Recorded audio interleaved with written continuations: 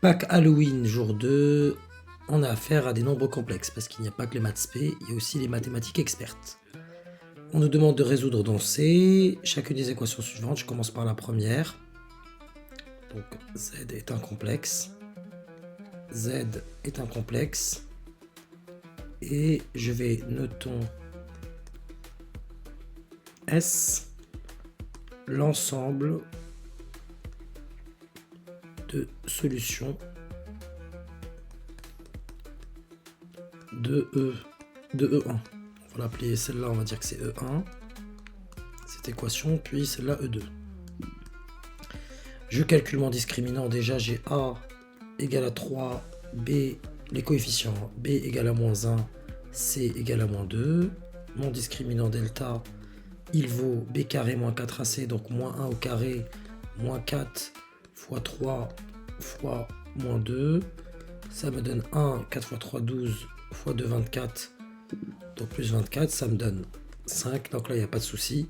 Il y a deux racines, Z1, donc moins B, moins racine de delta sur 2A. Z2, c'est moins B plus racine de delta sur 2A. Z1 égale à, du coup, moins B, donc c'est 1. 1 moins racine de 25, donc 1 moins 5 sur 2A, c'est-à-dire 6. Là, ça me donne moins 4 sixième, c'est égal à moins 2 tiers.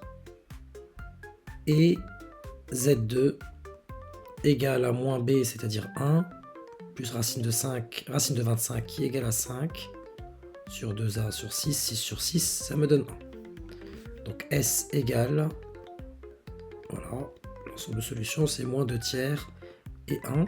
Et pour factoriser, du coup, ce polynôme du second degré, en bleu, bah, ça sera d'abord mon A. Je mets mon A, 3. Donc ça, c'est la partie factorisation. Factorisation. Z moins ma première racine c'est moins 2 tiers, donc moins 2 tiers, c'est plus 2 tiers. Facteur de Z moins ma deuxième racine, Z moins 1, et voilà, c'est gagné. On passe à la deuxième. C'est toujours la même rédaction au départ. Hein. Donc là, on va noter S, l'ensemble des solutions de l'équation de E2. Ça me donne ici A qui vaut 1, B qui vaut moins 1 et C qui vaut 1. Delta égale à B carré moins 4AC, donc je leur écris B carré moins 4AC, qui me donne B carré, donc moins 1 au carré, moins 4 fois 1 fois 1. Ça me donne donc 1 moins 4, c'est-à-dire moins 3. Donc là, je suis bloqué. Pourquoi? Parce que mon delta est négatif. Mais même quand delta est négatif, dans C, il y a quand même deux racines complexes distinctes. Donc il me faudrait juste une racine de delta. Donc pour prendre une racine de delta, en fait, il y a plusieurs possibilités. Soit vous prenez une racine de delta, soit vous appliquez bêtement cette formule-là. C'est-à-dire que vous dites qu'il y a quand même deux solutions complexes et la solution, je vous donne les formules. C'est moins B, moins, vous mettez un I ici, racine de moins delta sur 2A. Ce sera plus simple pour vous, je pense.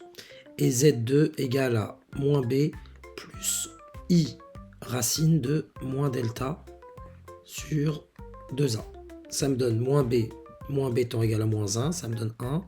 1 moins I, racine de 3, parce que c'est moins delta, donc delta étant égal à moins 3, donc moins delta c'est 3 sur 2A, c'est-à-dire sur 2. Et Z2, ça va être 1 plus I racine de delta, I racine de 3, pardon, sur 2. Et votre factorisation sera la suivante. On met d'abord le A, mais A c'était 1. Donc ça sera Z moins, mettez des parenthèses pour ne pas vous embrouiller, 1 moins I racine de 3.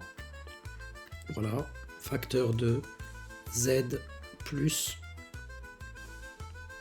1 plus I racine de 3 sur 2.